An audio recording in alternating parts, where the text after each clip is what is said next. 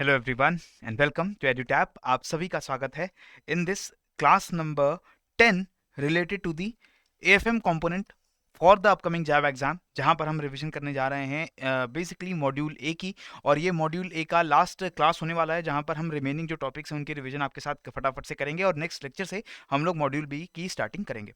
So without any delay let us start with the question number 1। Which among the following is not a feature of the bank reconciliation statement? Bank reconciliation statement को already हम अच्छे से revise कर चुके हैं, तो मुझे बता दो फटाफट से कि क्या फीचर नहीं होगा बैंक रिकन्सिलेशन का।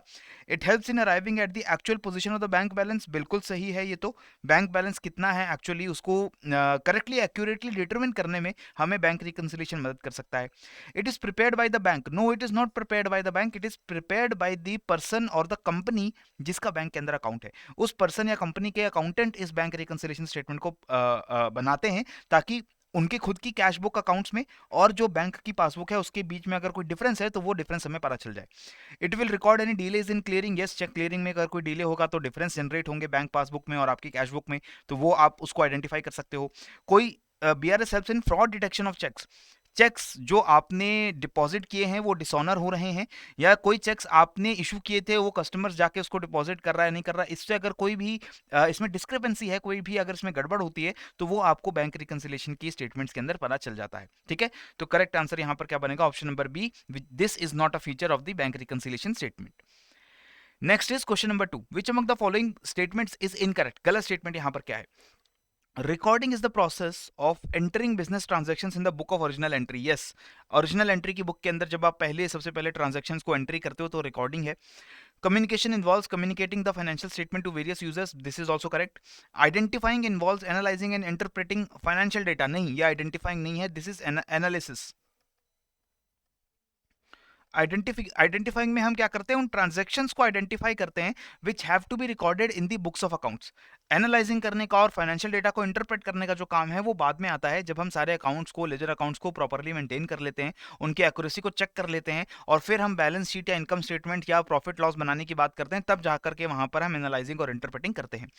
Measuring means quantification of transactions into financial terms. Yes, measuring में हम यही डिसाइड करते हैं कि कितने पैसे का लेन देन जो है ट्रांजेक्शंस के अंदर हुआ है, उस अमाउंट को डिटरमिन करते हैं। तो करेक्ट आंसर यहां पर क्या बनेगा? Option number C, which is the incorrect statement.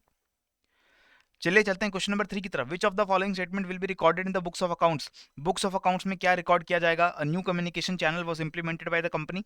Company ने कोई न्यू कम्युनिकेशन चैनल को इंप्लीमेंट किया है, क्या उसे रिकॉर्ड करेंगे? तब तक नहीं करेंगे अगर इसके अंदर पैसा इन्वॉल्व नहीं है, अगर इसमें कोई खर्चा नहीं हुआ है। अगर कोई खर्चा हुआ है इस न्यू कम्युनिकेशन चैनल को लगाने का, जैसे कोई नया आपने पब्लिक अनाउंसमेंट सिस्टम लगाया, उसको खरीदने में कुछ पैसा लगाया, तो वो ट्रांजैक्शन को रिकॉर्ड किया जाएगा। ये नहीं रिकॉर्ड करेंगे कि क्या कम्युनिकेशन चैनल आया है, कैसे आया, इसको रिकॉर्ड नहीं करेंगे। Rajalakshmi was appointed as manager of the company. नहीं, इसको भी रिकॉर्ड करने की जरूरत नहीं है। कौन सा पर्सन क्या काम कर रहा है इसका अकाउंट बुक्स में कोई लेना देना नहीं होता है। लेना देना ये होता है कि कितना पैसा दिया जा रहा है हर वर्कर को। तो अगर राजलक्ष्मी को मैनेजर बनाया जा रहा है और पहले मैनेजर कम थे, अब मैनेजर ज्यादा हो गए हैं, एक एक्स्ट्रा आ गया है, उसको एक्स्ट्रा सैलरी देनी पड़ रही है, तो सैलरी अलग से रिकॉर्ड होगी। लेकिन किसको बनाया गया? राजलक्ष्मी जी को बनाया गया है, राजा को बनाया गया है, इससे कोई फर्क नहीं पड़ता है। Company paid salary to Ratan. ये सैलरी पे की जाएगी तो उसको तो बुक्स ऑफ अकाउंट्स में रिकॉर्ड करना पड़ेगा, सैलरी के अकाउंट में। और Rohit was shifted from manufacturing to the sales department. अगर रोहित को मिलने वाला पैसा चेंज नहीं हो रहा है तो वो किसी डिपार्टमेंट में भी काम करे, वो सैलरी अकाउंट पे कोई फर्क नहीं डालेगा, तो कोई दिक्कत नहीं है। ठीक है, तो करेक्ट आंसर यहां पर बनेगा option number C, the salary was paid to Ratan. Next is question number 4. The increasing awareness on the part of entrepreneurs and industrial managers for using scientific principles of management led to the development of. अब ये ध्यान से थोड़ा सा इसको समझने की जरूरत है। एंटरप्रेन्योर्स यानी जो नई नई कंपनीज को बनाने वाले लोग हैं या जो इंडस्ट्रीज को मैनेज करने वाले जो इंडस्ट्रियल मैनेजर्स हैं, जैसे जैसे उनको ज़्यादा अवेयरनेस आई, उन्होंने साइंटिफिक प्रिंसिपल्स यूज़ करने स्टार्ट किए। और ये साइंटिफिक प्रिंसिपल्स की डेवलपमेंट से क्या ओरिजिनेट हुआ है? Cost accounting, financial accounting, scientific या वैल्यू अकाउंटिंग। देखिए, फाइनेंशियल अकाउंटिंग बहुत लंबे समय से एग्जिस्टेंस में है। जब से ट्रेड इंडस्ट्रियल रेवोल्यूशन स्टार्ट हुआ है यूरोप के अंदर, बड़ी बड़ी कंपनीज का वहां पर फॉर्मेशन हुआ है, जॉइंट स्टॉक कंपनीज का फॉर्मेशन हुआ है, तब से फाइनेंशियल अकाउंटिंग जो है उसका ओरिजिन हो चुका है। मॉडर्न टाइम्स में जैसे साइंटिफिक प्रिंसिपल जहां पर डेवलप होते हैं, वहां पर कॉस्ट अकाउंटिंग जाकर के स्टार्ट होती है। सो आंसर यहां पर होगा हमारा कॉस्ट अकाउंटिंग। साइंटिफिक अकाउंटिंग ऐसा कोई टर्म हम लोगों को सुनने में नहीं आता है।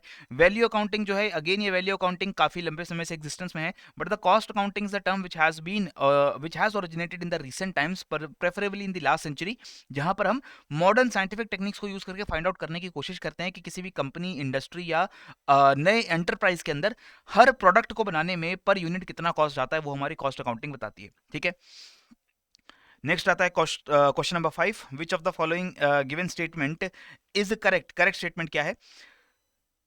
Measurement means the quantification of business transactions into financial terms, ये हमने ऑलरेडी बात कर ली, यही मेजरमेंट का मतलब है।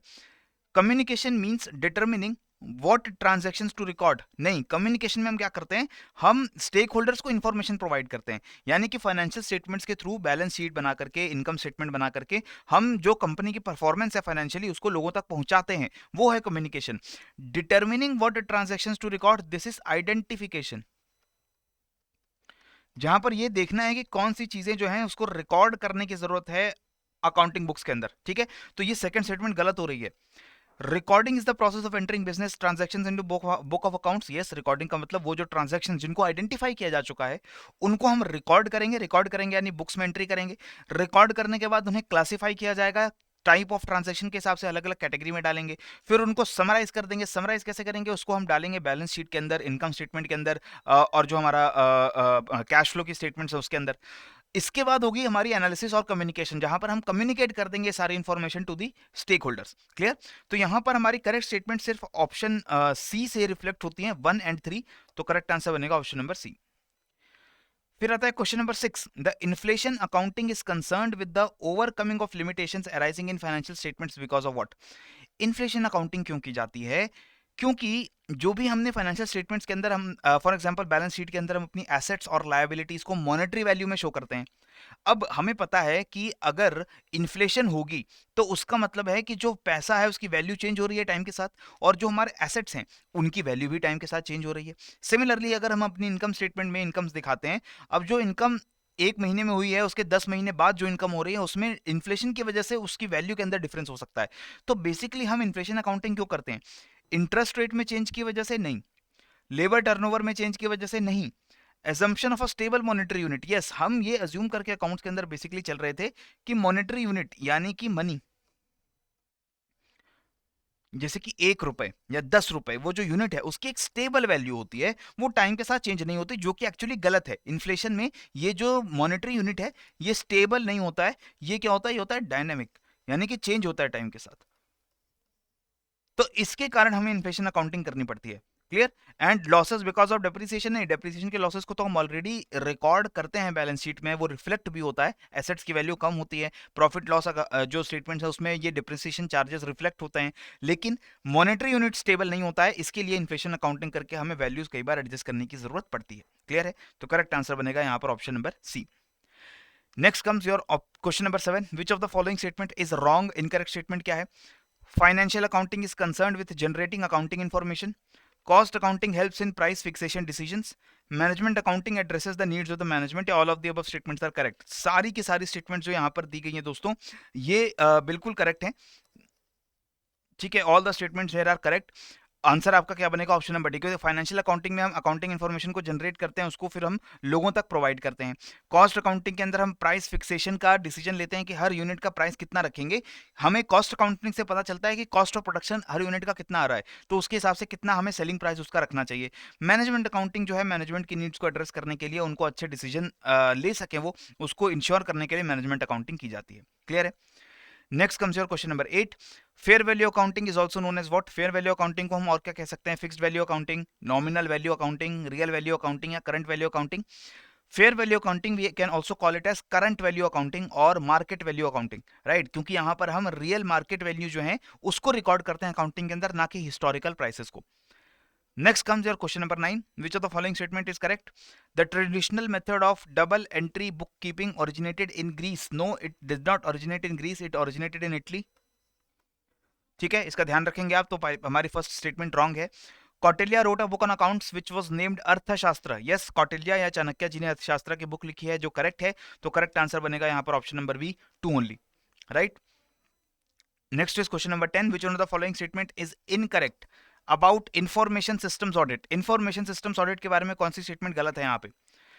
बैंक्स में adopt appropriate system and practices for conducting IAS audit on annual basis. Banks जो हैं कोई भी अप्रोप्रिएट सिस्टम प्रैक्टिस उनके हिसाब से जो है वो अडॉप्ट कर सकते हैं एनुअल बेसिस के तौर पे, ताकि वो इंटरनल जो इंफॉर्मेशन सिस्टम ऑडिट है उसे कंडक्ट कर सकें।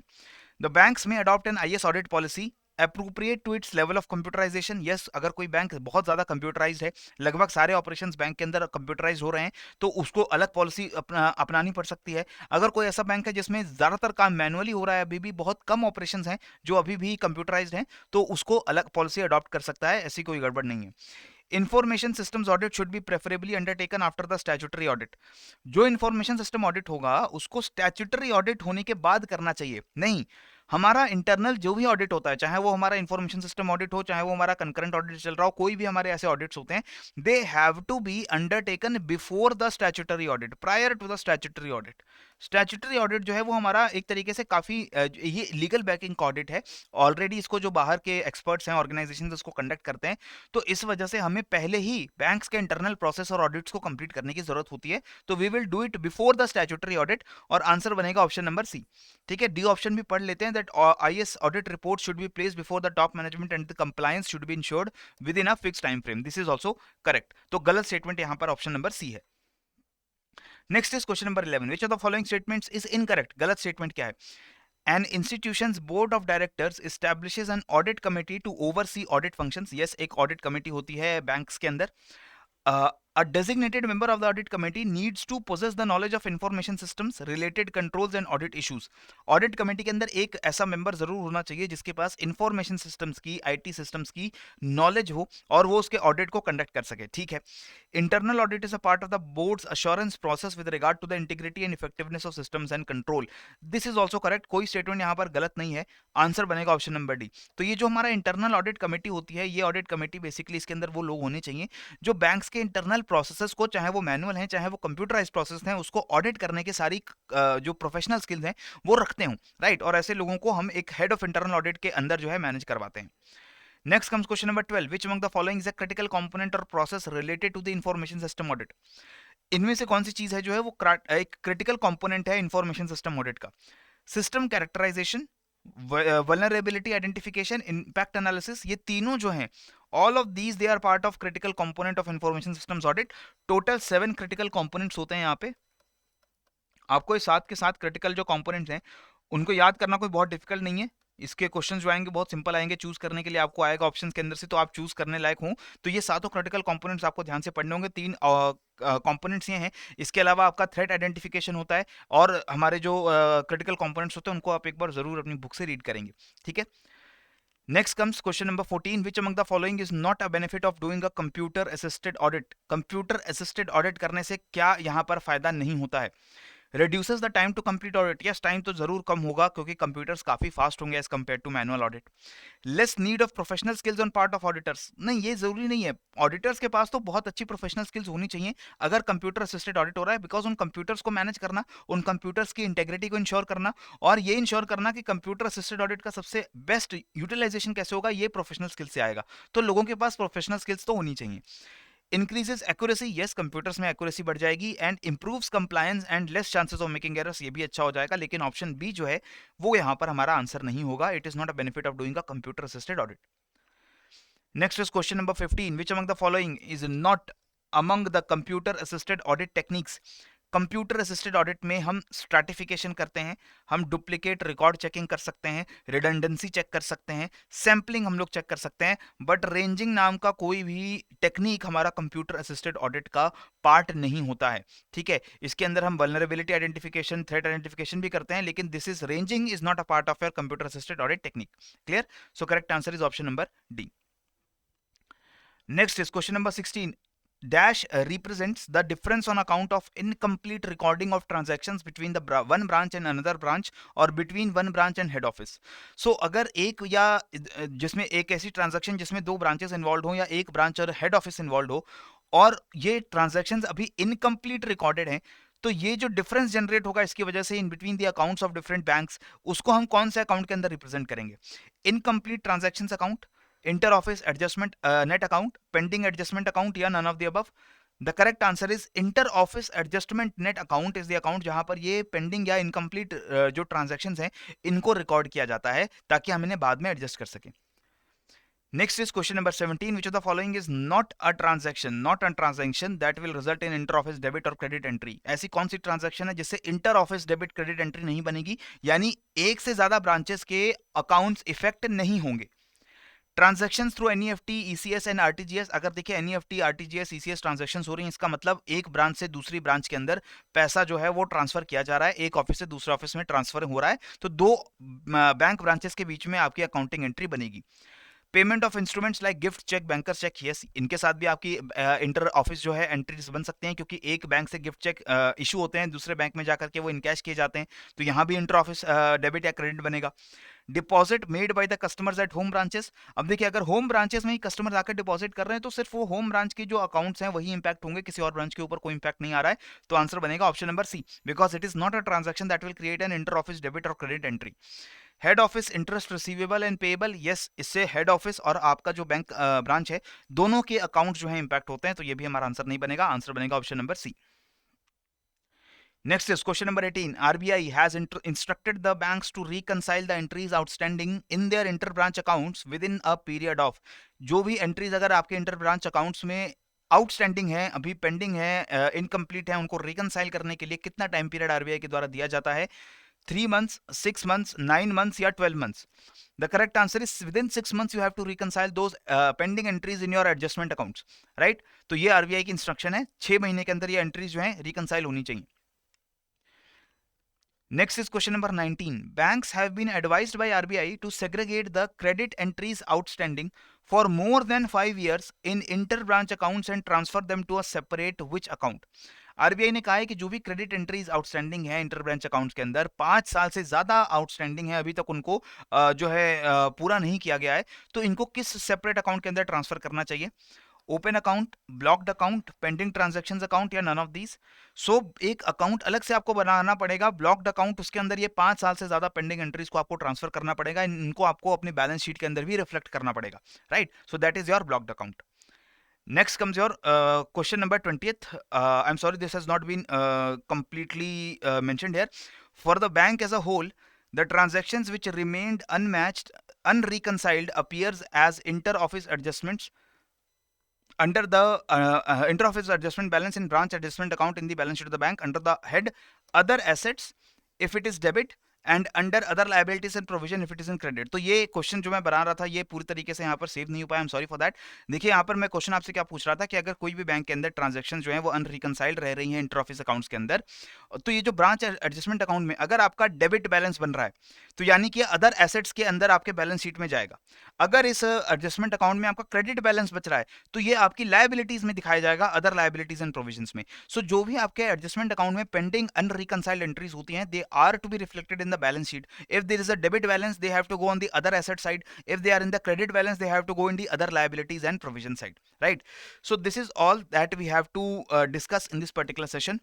इसी के साथ इस वीडियो को यहाँ पर हम फिनिश करते हैं. अगर आपको वीडियोस पसंद आती हैं तो प्लीज़ इन्हें लाइक ज़रूर करिए, और नेक्स्ट वीडियो से we will start with the module B और उसके MCQs की जो डिस्कशन है वो आपके साथ हम लोग कंटिन्यू करेंगे. तब तक के लिए keep on reading, keep on growing. जय हिंद एंड जय भारत.